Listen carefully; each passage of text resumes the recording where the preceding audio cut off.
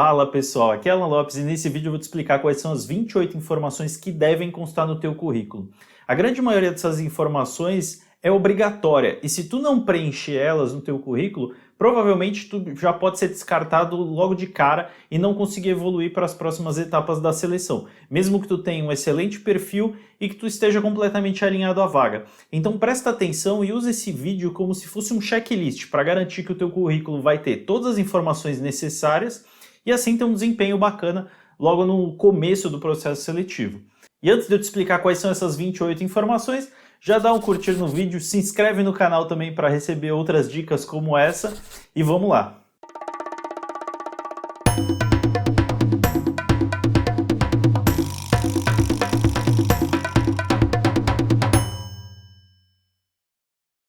Só para facilitar aqui a explicação desses 28 itens, eu vou descrever eles dividido em 5 grandes seções, que são as seções mais comuns que todo currículo deve ter, tá? No final do vídeo eu ainda vou te dar um bônus aí de 2 seções extras que podem conter no teu currículo, principalmente se tu tiver algumas experiências diferentes, mas eu explico isso lá na frente, tá? A princípio vamos falar sobre as 5 seções principais e o que deve constar em cada uma delas. A primeira seção, e a óbvia, né, é a dos dados pessoais, e nessa seção de dados pessoais o que tu tem que descrever é o teu nome completo, o endereço. Algumas pessoas me perguntam, mas para que endereço? É importante ou não? É legal o recrutador entender onde tu mora, porque assim ele vai saber qual é o tempo de deslocamento que tu tem da tua casa até o trabalho. Isso pode ser uma informação relevante para ele. E aí vem 2 informações que são essenciais, que é o teu celular ou até outro telefone de contato e o e-mail. Parece bobeira, mas tem que ter muita atenção ao descrever principalmente o celular e o e-mail. Um erro, por exemplo, no número do celular ou do e-mail vai impedir com que o recrutador te ligue. Isso parece bobo, mas assim, acontece e acontece com mais frequência do que eu gostaria, tá? Em processos seletivos grandes é muito comum eu pegar pelo menos um caso desse onde eu vou ligar para a pessoa para chamar ela para as próximas etapas da seleção e simplesmente eu não consigo contactar essa pessoa. Um porque o telefone está errado, ou às vezes porque a pessoa não deixou um outro telefone, né? Às vezes o celular dela está sem bateria, mas ela não deixa um outro telefone de recado. E até mesmo um e-mail, né? Às vezes a pessoa está tão acostumada a usar sempre um e-mail lá que ela não verifica mais a caixa de entrada desse e-mail, enfim. Então, garante que essas informações de contato elas estejam atualizadas e estejam corretas. Senão isso vai te eliminar de cara, porque simplesmente o recrutador não consegue entrar em contato contigo e te chamar para as próximas etapas. Depois entra algumas informações aí que eu gosto de colocar nos currículos dos meus clientes, que é nacionalidade, o estado civil, a idade e o número de filhos. Essas 4 informações são um pouco controversas, algumas pessoas não gostam de informar, porque acham que isso pode prejudicar, acham que isso pode eliminar elas de cara, mas assim, eu aconselho a pôr, porque se a empresa, né, de alguma forma ela vai te discriminar pela quantidade de filhos que tu tem ou pelo teu estado civil, teu trabalho não vai conseguir ser bacana nessa empresa, tu não vai conseguir desempenhar um bom trabalho lá nessa empresa, porque em algum momento o pessoal vai descobrir, o pessoal vai conhecer mais sobre a tua vida pessoal e vai descobrir isso. Então, por que trabalhar numa empresa que já te discrimina de cara?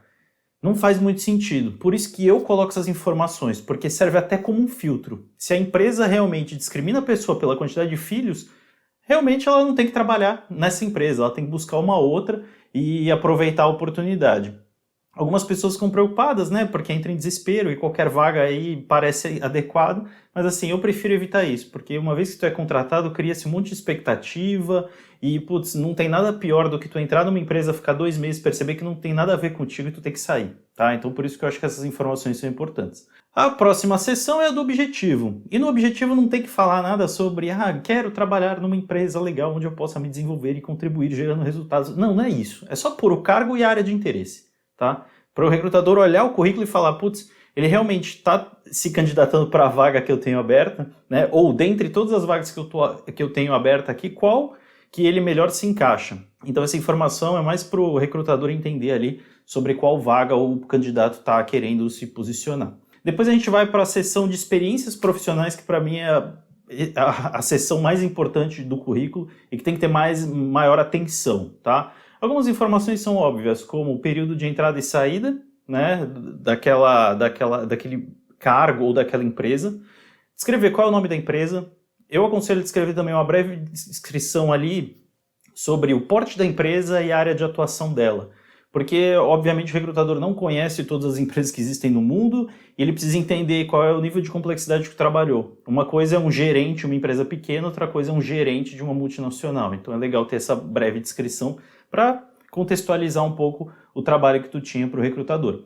Depois descreve o cargo que tu tinha. Aqui não precisa ser exatamente o cargo que tu tinha em carteira, mas o cargo que melhor descreve, tá? A tua experiência ali, aquele período trabalhado. Depois entra as atribuições, responsabilidades, enfim, o que tu fazia na prática naquele emprego. Essa informação é fundamental e aí tem que ser escrita em tópicos.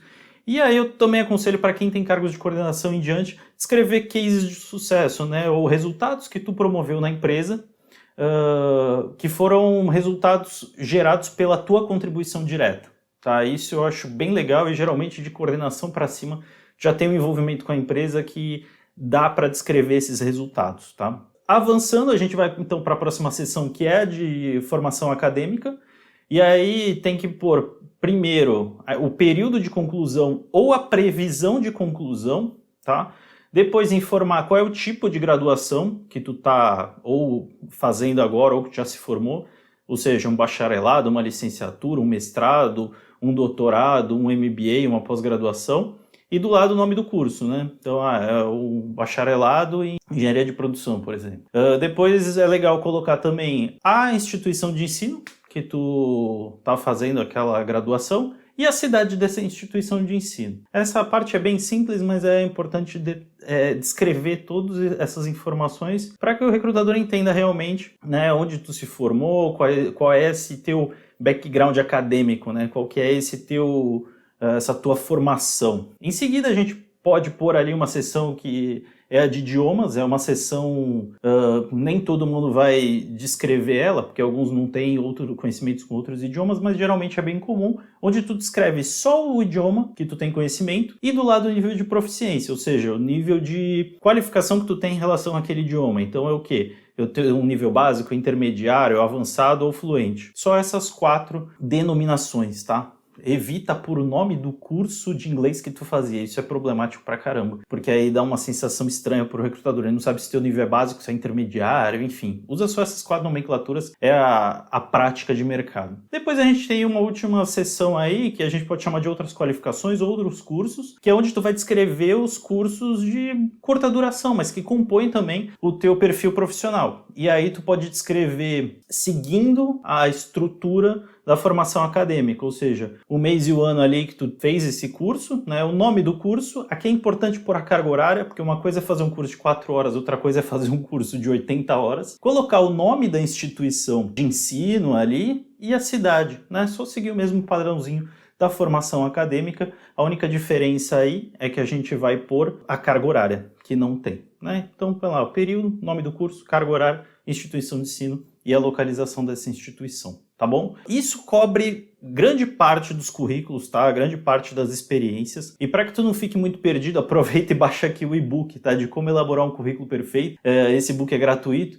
e vai te ajudar a descrever todas essas diferentes sessões, tá? Inclusive tem esse checklist nesse e-book.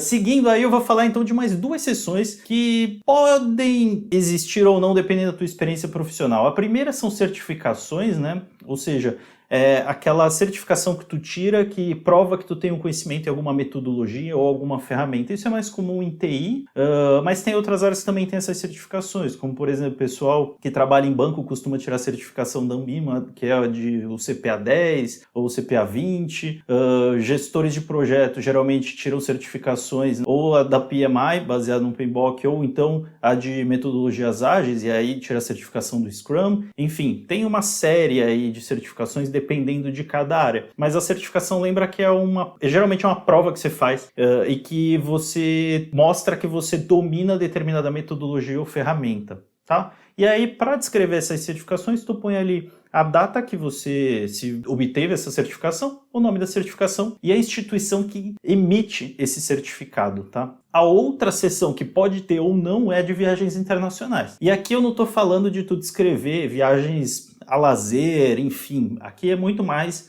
viagens, por exemplo, que você fez a intercâmbio para evoluir ou aperfeiçoar um determinado idioma, ou às vezes para trabalhar no exterior, às vezes uma locação internacional que você tenha tido, enfim. E aqui é legal você pôr o período que você ficou fora, né, que você ficou viajando, ficou em outra cidade, outro país, e descrever ali de forma bem resumida, né? Para onde você foi, o que você foi fazer, qual foi o motivo dessa viagem e quais foram os principais aprendizados que você teve nessa experiência, tá? Isso geralmente a gente escreve entre 1 e 3 linhas ali e já dá uma visão legal para o recrutador. Essa é uma informação importante, muita gente às vezes esquece de pôr essa questão das viagens internacionais, mas na hora que eu estiver comparando dois candidatos, entre eu ter, às vezes, alguém que não teve experiência internacional e ter alguém que teve essa experiência, às vezes eu vou preferir o cara que teve essa experiência, porque ele sabe lidar com culturas diferentes, ele sabe lidar, ele tem pelo menos um envolvimento com o idioma ali, mesmo que ele não domine, enfim, isso acaba ajudando bastante. Bom, eu acho que é isso, são vários itens, você tem que tomar cuidado aí, garantir que tenham no teu currículo, mas vai com calma, se preciso volta o vídeo, passa item a item, garante que todas as informações estão lá no teu currículo para que tu não seja prejudicado, tá bom? Caso tenha alguma dúvida, alguma coisa não ficou tão clara, escreve aqui embaixo nos comentários, que aí eu vou poder te explicar melhor, enfim, vou poder descrever alguma coisa. Caso essas informações estejam no e-book, aí provavelmente eu vou te indicar a leitura desse e-book, que ele é bem completo, né? Tem bastante informação só sobre como elaborar um currículo. Acho que você não pode perder essa oportunidade. Então é isso, gente. Um grande abraço e até a próxima.